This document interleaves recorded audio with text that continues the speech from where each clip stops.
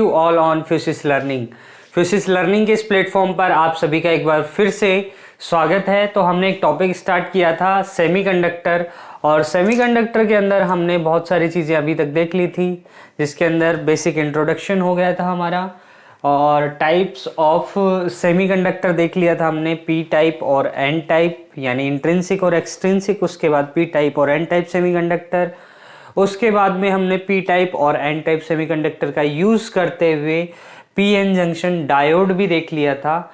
और आज हम पी एन जंक्शन डायोड के अंदर ड्रिफ्ट और डिफ्यूजन जो इंट्रोडक्शन दिया था उसी को थोड़ा सा आगे बढ़ाते हैं और बात करते हैं कि पी एन जंक्शन डायोड के अंदर ड्रिफ्ट और डिफ्यूजन किस तरीके से होता है। तो देखिए, दो चीज़ें होती हैं यहाँ पे, एक तो होता है डिफ्यूजन, एक होता है ड्रिफ्ट। और ये दोनों ही फिनोमिना हैं, ये चार्ज कैरियर्स के साथ घटित होते हैं। उसके बाद में एक इक्विलिब्रियम कंडीशन आ जाती है। इस इक्विलिब्रियम कंडीशन में ड्रिफ्ट और डिफ्यूजन दोनों एक दूसरे को बैलेंस कर देते हैं। तो देखिए, जैसे अगर हमारे पास ये पी एन जंक्शन डायोड है, पी टाइप में मेजॉरिटी चार्ज कैरियर्स होल्स होंगे और यहाँ पे मेजॉरिटी इलेक्ट्रॉन्स होंगे। तो होगा क्या यहाँ पे, ये जो होल्स हैं ये इलेक्ट्रॉन्स को अपनी तरफ अट्रैक्ट करेंगे। तो यहाँ पे भी अगर होल्स हैं और ये इलेक्ट्रॉन्स हैं तो इलेक्ट्रॉन्स इस तरफ मूव कर जाएंगे। तो यहाँ पे ये जो वैकेंसी है ये भर जाएगी, यानी यहाँ पे इलेक्ट्रॉन्स आ जाएंगे और यहाँ पे होल्स क्रिएट हो जाएंगे। मतलब यहाँ पे तो आ जाएगा आपका नेगेटिव चार्ज और यहाँ आ जाएगा पॉजिटिव चार्ज। इस नेगेटिव और पॉजिटिव चार्ज की वजह से यहाँ पे एक पोटेंशियल जो है क्रिएट हो जाता है, जिसको अपन पोटेंशियल बैरियर बोलते हैं। पी की तरफ नेगेटिव होता है और एन की तरफ पॉजिटिव होता है। इस तरीके से एक पोटेंशियल बैरियर क्रिएट होता है। इसके साथ ही साथ यहाँ पे पॉजिटिव और नेगेटिव की वजह से एक इलेक्ट्रिक फील्ड भी इंट्रोड्यूस होता है। तो देखिए, जब यहाँ पे ये डिफ्यूजन हो रहा था, स्टार्टिंग में क्या होता है, यहाँ से एन साइड से इलेक्ट्रॉन पी साइड की तरफ जाते हैं, तो वहां उस फिनोमिना को अपन डिफ्यूजन बोलते हैं। और उसके बाद में देखिए, इस इलेक्ट्रिक फील्ड के इन्फ्लुएंस में क्या होगा कि यहाँ पे जो पॉजिटिव चार्ज है, यहाँ पे पॉजिटिव चार्ज है, यहाँ नेगेटिव चार्ज है। तो पॉजिटिव की तरफ इलेक्ट्रॉन्स क्या होंगे, अट्रैक्ट होंगे। इलेक्ट्रॉन्स इस तरफ अट्रैक्ट होंगे और इस तरफ होल्स अट्रैक्ट होंगे। तो इस तरीके से होल्स और इलेक्ट्रॉन्स का एक लेयर यहाँ पे क्रिएट हो जाएगा। तो ये डिफ्यूजन और ड्रिफ्ट फिनोमिना आपको यहाँ पे देखने को मिलता है। और धीरे धीरे होगा क्या कि फाइनली ये दोनों एक दूसरे को बैलेंस कर देंगे और हमें एक इक्विलिब्रियम कंडीशन मिल जाएगी, एक डिप्लीशन लेयर मिल जाएगी। आज हम थोड़ा सा आगे बात करते हैं और आज हम बात करेंगे बायसिंग के बारे में। तो बायसिंग क्या होती है? अगर हमारे पास एक पी एन जंक्शन डायोड है और उस पर हम एक एक्सटर्नल बैटरी जो है वो अप्लाई कर दे, मतलब ये हमारे पास पी एन जंक्शन डायोड है, ये पी साइड है, ये एन साइड है। तो यहाँ पे अगर एक एक्सटर्नल वोल्टेज सोर्स अगर यहाँ पे ऐड कर दिया जाए तो इसको अपन बोलेंगे बायसिंग। तो ये बायसिंग जो है ये दो तरीके से पढ़ते हैं अपन। एक होता है फॉरवर्ड बायसिंग, एक होता है हमारे पास रिवर्स बायसिंग। तो नाम से ही जैसे पता चल रहा है, फॉरवर्ड बायसिंग मतलब P की तरफ अपन positive terminal of the battery और N की तरफ negative terminal of the battery add कर देते हैं। तो इस तरह की जो बायसिंग होती है उसको अपन फॉरवर्ड बायसिंग बोलते हैं। और इसके जस्ट अपोजिट ये हमारा P साइड है, ये हमारा N साइड है, और बैटरी को अगर इस तरीके से ऐड कर दिया, P की तरफ नेगेटिव और N की तरफ पॉजिटिव, तो इसको अपन क्या बोलेंगे, रिवर्स बायसिंग। तो this is FB stands for forward biasing and this is RB for reverse biasing। तो फॉरवर्ड बायसिंग के अंदर किस तरह के फिनोमिना देखने को मिलते हैं एक एक करके अपन देखते हैं। तो वही डायग्राम अपन दोबारा से बनाते हैं जो कल पिछले मतलब प्रीवियस वीडियो में और आज भी अपन ने देखा है। P की तरफ हमारे पास होते हैं मेजॉरिटी होल्स और N की तरफ होते हैं मेजॉरिटी इलेक्ट्रॉन्स। ठीक है, डिप्लेशन लेयर यहाँ पे क्रिएट हो चुकी होती है जब हम इसका क्या करते हैं, मतलब इसको तैयार करते हैं, एक पीएन जंक्शन डायोड को।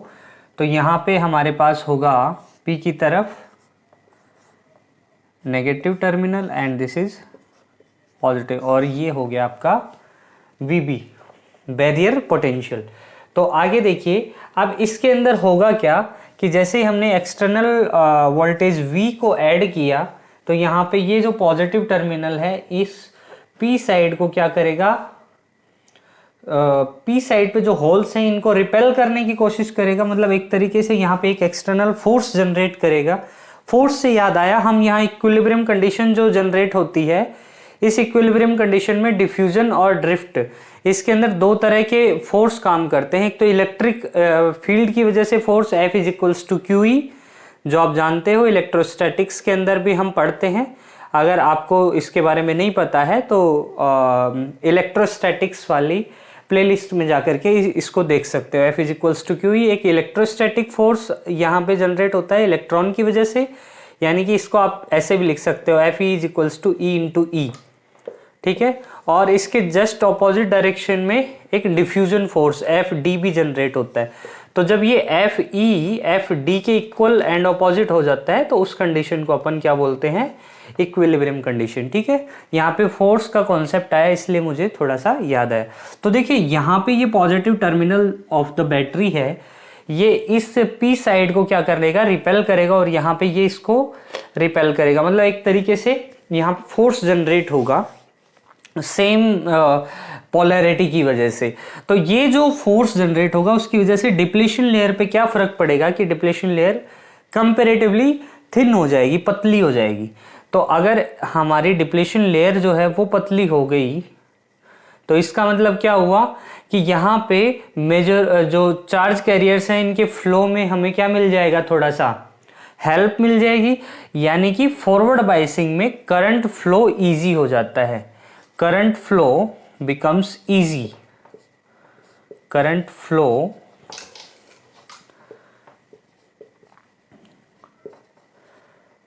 becomes easy in forward biasing, ठीक है। क्यों? क्योंकि जो मेजॉरिटी चार्ज कैरियर हैं वो इजीली एक साइड से दूसरी साइड मूव कर सकते हैं।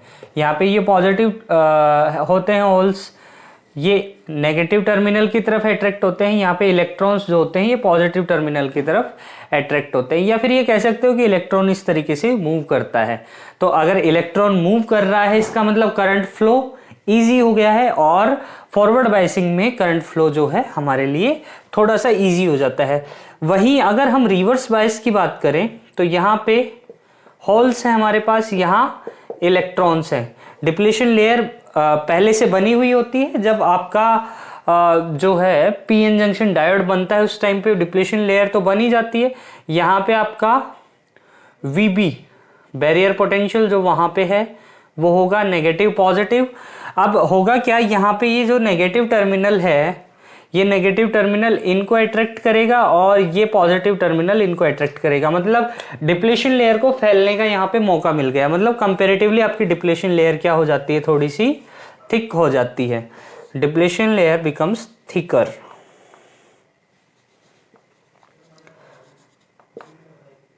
डिप्लीशन लेयर, ठीक है। इससे होगा क्या, करंट फ्लो बिकम्स, यहां पे इजी होता है करंट फ्लो, यहां पे current flow is not easy, is not easy. मतलब करंट फ्लो में हमें यहां पे बहुत सारे जो है बैरियर्स देखने को मिलते हैं। मतलब ऑब्वियस सी बात है, यहाँ पे ये जो बैरियर है ये बेसिकली आपका डिप्लीशन लेयर ही है, और डिप्लीशन लेयर अगर थिकर हो गया है इसका मतलब उसको पार करने के लिए हमें यहाँ पे चार्ज कैरियर्स जो हैं इनको ज़्यादा मेहनत करनी पड़ेगी। ज़्यादा मेहनत करनी पड़ेगी इसका मतलब वहाँ पे करंट फ्लो नहीं हो पाएगा। देखो अगर हम इसको डायोड को देखें तो पीएन जंक्शन डायोड को देखने पे एक बात सीधी सीधी समझ में आती है कि अगर फॉरवर्ड बायसिंग होगी, अगर फॉरवर्ड बायसिंग होगी तो करंट फ्लो होगा, करंट फ्लो होगा, ठीक है। लेकिन अगर रिवर्स बायसिंग हुआ तो current will not flow, current flow नहीं होगा वहां पे, करंट फ्लो क्या होगा, नहीं होगा।